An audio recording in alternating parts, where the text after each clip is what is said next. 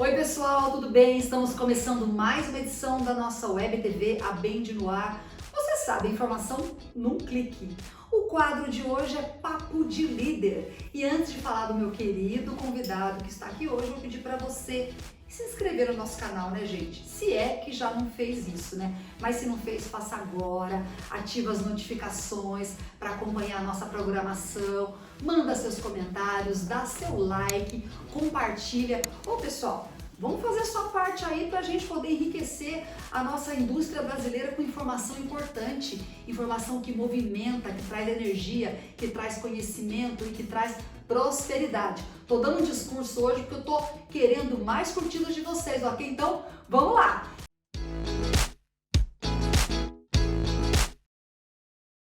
Bom, agora sim vou apresentar o meu querido Oswaldo Rossi Júnior. Ele é o diretor do Intermetro, ele é do Conselho Deliberativo da Bend, já foi nosso presidente, é um dos nossos fundadores, está conosco o tempo todo e é um colaborador muito querido que está hoje aqui nos dando a honra de bater esse bate-papo aqui comigo. Para ser bem redundante, eu vou começar falando. Conta um pouquinho sobre a sua carreira antes de se apresentar. Ótimo. Alexandra, muito obrigado. Obrigado pela oportunidade de estar aqui com vocês, certo? É muito especial para mim a oportunidade para parabenizar vocês por esse canal que eu acho excelente, tá? Precisa ser desfrutado, né? Então, deixa eu contar um pouquinho. A minha vida em Índio começou em 1964, tá? E foi muito especial. Eu trabalhava naquela ocasião com um professor da Politécnica, que me entusiasmou na área de ultrassom. E foi aí que eu comecei, na área de ultrassons. Fazendo pesquisas, desenvolvimentos, me envolvendo com a parte de inspeção, certo? Contato com os primeiros equipamentos, foi muito interessante. Em 1970, depois de quase 30 anos, eu acabei fundando uma empresa de engenharia de inspeção, a NDT Engenharia, tá? Que progressou muito, cresceu muito, tá? E da qual eu me desliguei em 1990. Tive várias empresas de ensaios não destrutivos na área de equipamentos, na área de materiais para inspeção superficial, líquidos penetrantes e partículas magnéticas. E hoje, por entusiasmo da Bend, por ser entusiasmado pela Bend, eu trabalho num laboratório de calibração de equipamentos de ensaios também, certo? Então, a minha atividade hoje é na atividade de metrologia ligada a ensaios não destrutivos, que é uma área muito interessante, tá? Muito interessante, muito rica. Ok, Alessandra?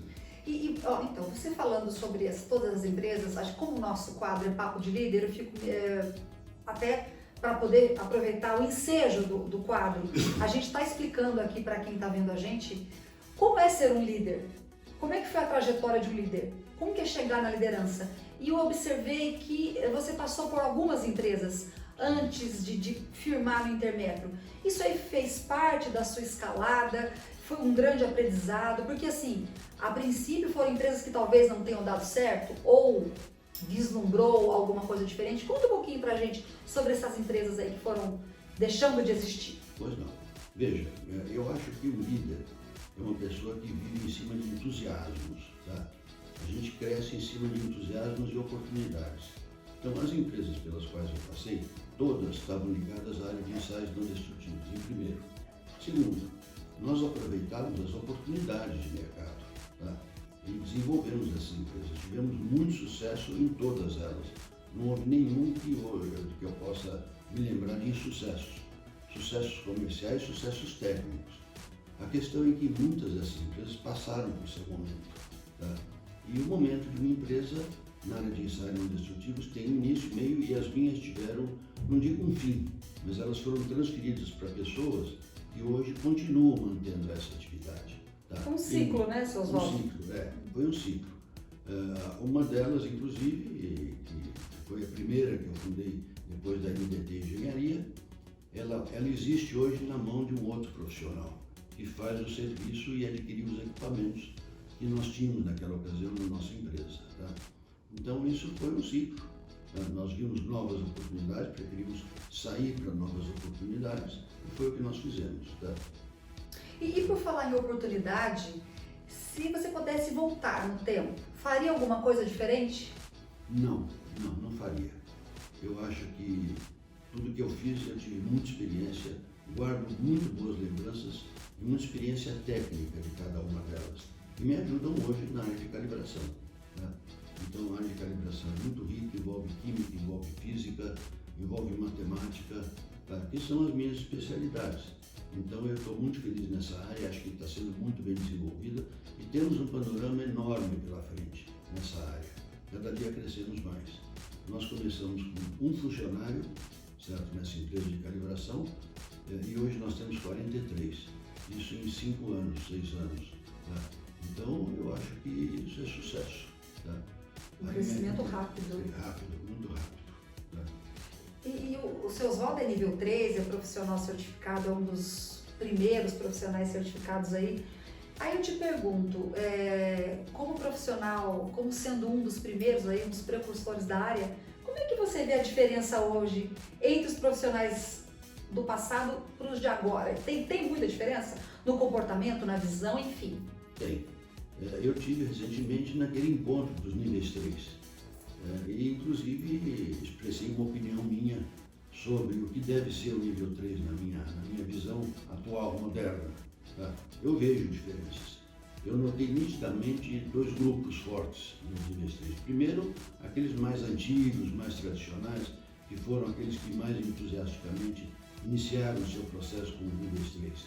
E sinto que houve um gap entre os mais novos. Existe aí um vazio, que houve um momento talvez em que houve uma diminuição dos níveis 3.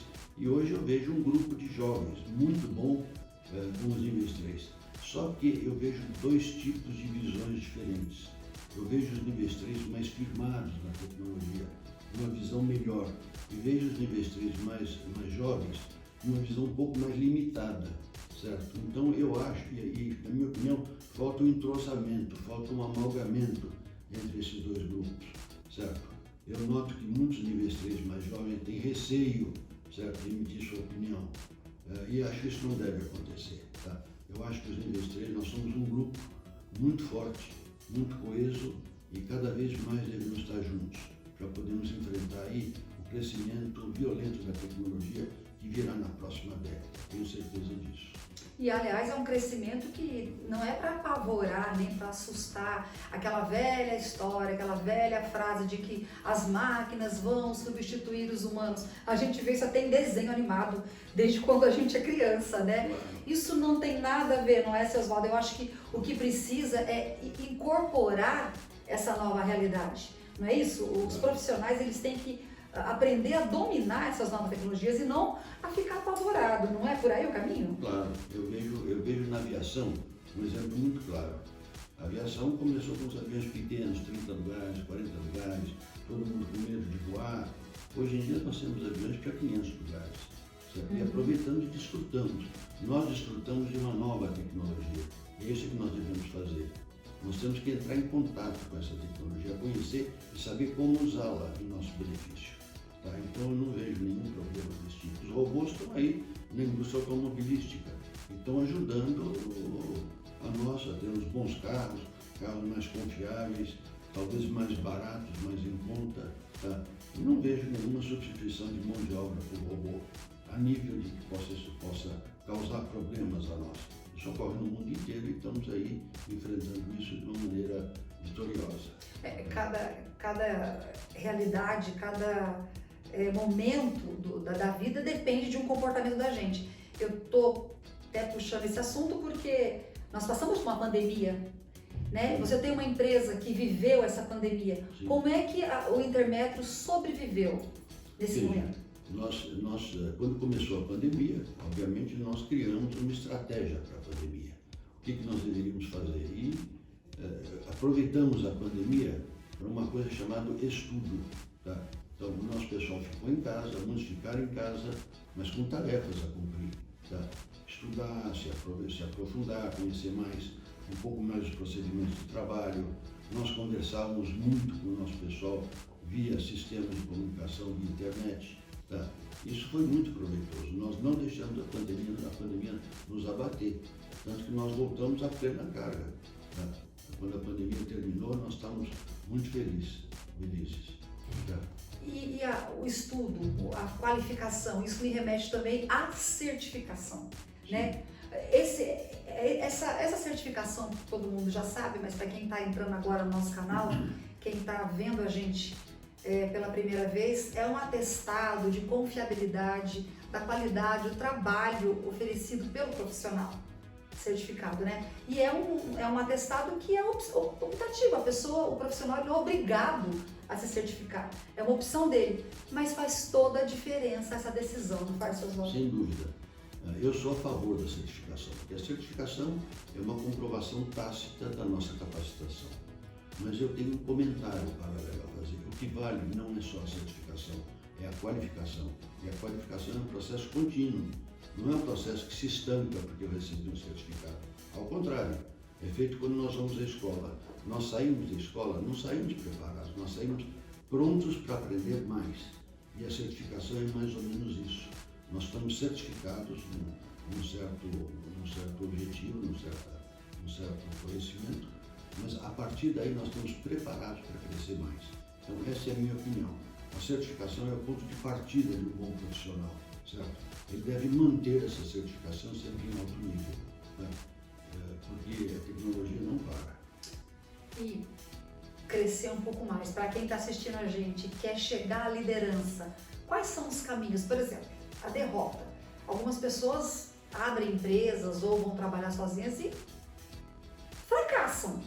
A derrota faz parte da vida de um vencedor? A derrota não, mas os momentos difíceis fazem parte, tá? E o que nós temos que ter primeiro é uma capacidade para enfrentar esses momentos difíceis, né?